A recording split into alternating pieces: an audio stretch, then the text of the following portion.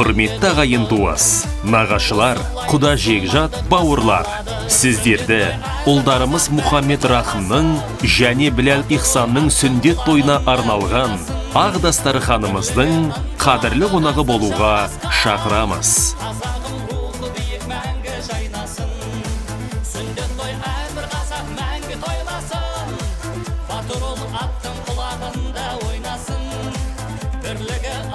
Той салтанаты 2022 жылдың 31 шілдесінде сағат 19:00-де басталады. Мекен жайымыз Шымкент қаласы, Жәнібеков көшесі 67, Баққон тойханасы.